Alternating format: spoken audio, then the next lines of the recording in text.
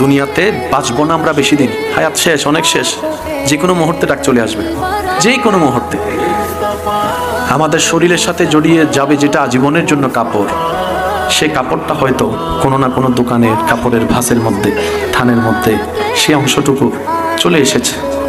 শুধু যাওয়াটা বাকি। কেউ একজন যাবে হাজার দোকানের ভিতর সেই দোকানটাতে যেখানে আপনার আমার রিজিকে বরাদ্দ আছে কাপড়। সেজন্য রাস্তা দিয়ে যাওয়ার সময় যখন কবরস্থান দেখবেন, কখনো সময় পেলে একটা মিনিটের জন্য একটু দাঁড়াবেন, কবরবাসীকে সালাম দিয়ে একটু কবরের দিকে চোখ বুলাবেন। শুধু বলবেন, এখানে আমার কোন কবরটা, আমি যেখানে আজীবন থাকবো কোন কবরটা, কোন খালি কবরে জানি আমার চিরনিদ্রার জায়গা হয়।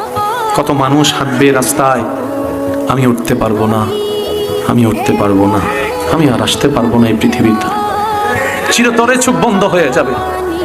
বিশ্বাস করেন, কখনো দেখেছেন কিনা জানি না, মৃত মানুষ দেখলে পারলে একটু গোসল দিয়ে সাথে থাকবেন কিংবা গোসল দিয়ে যাবেন। পৃথিবীর সবচাইতে বড় অসহায় তখন আপনার সেই মানুষটাই মনে হবে যাকে আপনি গোসল দেওয়াচ্ছেন।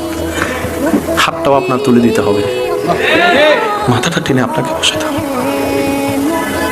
অহংকার করার কোনো কিছুই নেই আমাদের। আমাদের শুকরিয়া করার অনেক কিছুই আছে, হিংসা করার কিছুই নেই। হিংসা করার কিছুই নেই, সব রবের দান, যারে মন চাই তারাই দিবে। আপনার আমার নাক গলানোর কোনো অধিকার নাই। আপনার আমার কাজ হচ্ছে রবের সন্তুষ্টিতে সন্তুষ্টি থাকা, রবের সৃষ্টিকে ভালো রাখার চেষ্টা করা।